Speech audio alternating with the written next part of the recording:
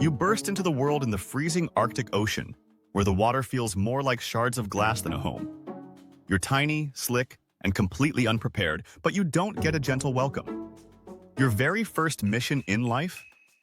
Swim. Not later, not after a nap, now. 20 feet above you, the surface is locked in ice, and your lungs are screaming for air. Your mom nudges you upward, desperate to get you to that first breath. Your little fins paddle like frantic propellers, and when you finally break the surface, you suck in a lungful of Arctic air that burns like fire. Congratulations, you've survived the first 60 seconds of your life. But this isn't a victory lap. It's the start of one of the hardest lives in the ocean. You press against your mother, hungry already.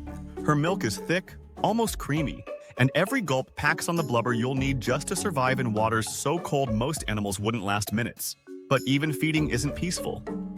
Every few minutes, she pulls you away to search for a hole in the ice so you both can breathe.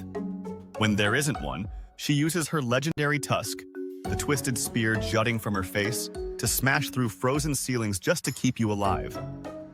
And then, before you're even settled, you spot your first nightmare.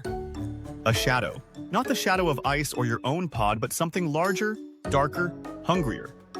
An orca, apex predator of the north. 3 times your mother's size, with jaws strong enough to snap a narwhal like driftwood. Your mom positions herself between you and death, tusk forward, body tense. You're too young to know fear, but your body knows danger. The orca circles once, considers the odds, and, by some miracle, glides away. You don't know it yet, but this is only your first close call in a lifetime filled with them. For the next 20 months, you live glued to your mother's side. You drink, you grow, you learn. Her milk balloons you with blubber, and you start to resemble the ocean's strangest unicorn. But there's one problem. You're still tuskless. The weapon narwhals are famous for? Nowhere in sight. Females never get one. And males? They wait years before their legendary spear even begins to sprout. Right now, you're stuck learning survival without your signature weapon. The Arctic doesn't wait for you to grow up. By your second year, you're shoved into deep water lessons. Narwhals don't just dive, they vanish. Thousands of feet straight down into a darkness so crushing it feels like the end of the world. Adults disappear for 20 minutes at a time, gliding into blackness to hunt halibut and cod. You try to follow, but 5 minutes in your chest feels like it's caving in. You rocket back to the surface gasping, humiliated. You'll get better, but for now, you're the weak link. Finding air holes becomes your obsession. Ice stretches for miles overhead, and if you don't find a pocket to breathe in, you're done. You don't have a tusk to carve through the ceiling. You have instinct, and a strange gift that's starting to awaken. The ability to see without sight. Echoes, clicks, and whispers in the water paint pictures in your mind. A squid pulses nearby. Your first hunts are sloppy, more like flailing than fishing, but eventually, you land your first meal. You're still alive, still learning. Then, one day, a bump appears on your lip. Tiny at first, barely noticeable, but you know what it means. Your tuskie's coming in. The older males glance at you with recognition. You're joining the Brotherhood of the Spear. At first, it's laughably small, a stubby tooth poking forward. But with each season, it grows, curling into an 8-foot spiral of bone and nerve that will define the rest of your life. With a tusk, you're dangerous, or at least you think you are, until the day you meet your first Greenland shark. It's young, like you, but still a monster from the deep. Your tusk points forward like a sword, your fins trembling as you face off. The shark lunges. You dodge, scratch its side, and immediately regret your bravado. The water turns red with your own blood when it clips your fin. The duel ends only when an adult narwhal charges in, its clicks echoing like underwater thunder. The shark drifts away. You've survived, but you've also learned your tusk isn't invincible. 5 years pass. You're finally full-sized, tusk gleaming like a spear of ice. You travel with a pod of 20, and together you rule your stretch of Arctic sea. Most predators don't dare challenge a wall of unicorns armed to the teeth. But one enemy never goes away: orcas. They're clever. They wait near breathing holes, lurking beneath the ice until one of you comes up for air. Last winter, one of your podmates surfaced too close. In an instant, the orca struck, snapping his tusk like a twig. All that remained was blood and silence. Your pod swam tighter after that.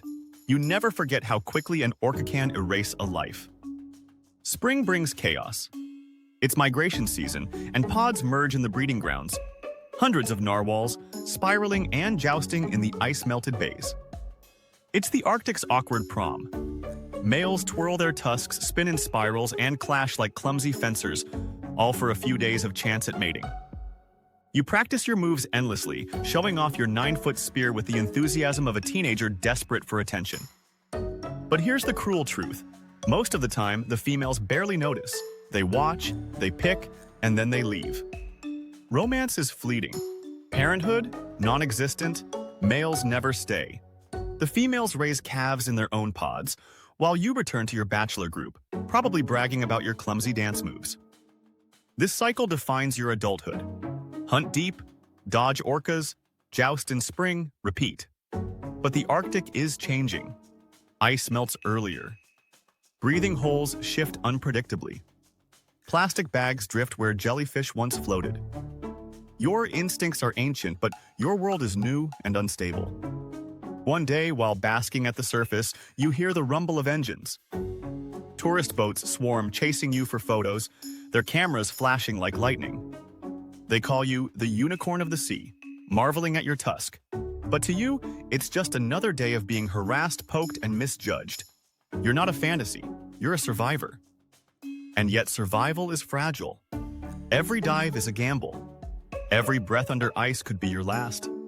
Predators, climate change, and human noise grind away at your fragile existence. Eventually, after decades of jousting, diving, and dodging death, your tusk is cracked, your body scarred, and your breaths slower. You've fought the cold, the orcas, and even your own clumsy biology. And one day, when you surface too slowly at the wrong hole, the ocean closes over you. No legacy, no songs, just silence in the ice. That's the brutal truth of being a narwhal. You're born fragile, you grow awkward, you live harassed, and you die forgotten. The Arctic doesn't care if you're the unicorn of the sea. Out here, survival is misery with a tusk attached. Life as a narwhal doesn't just suck. It's a constant reminder that evolution can be as cruel as it is creative.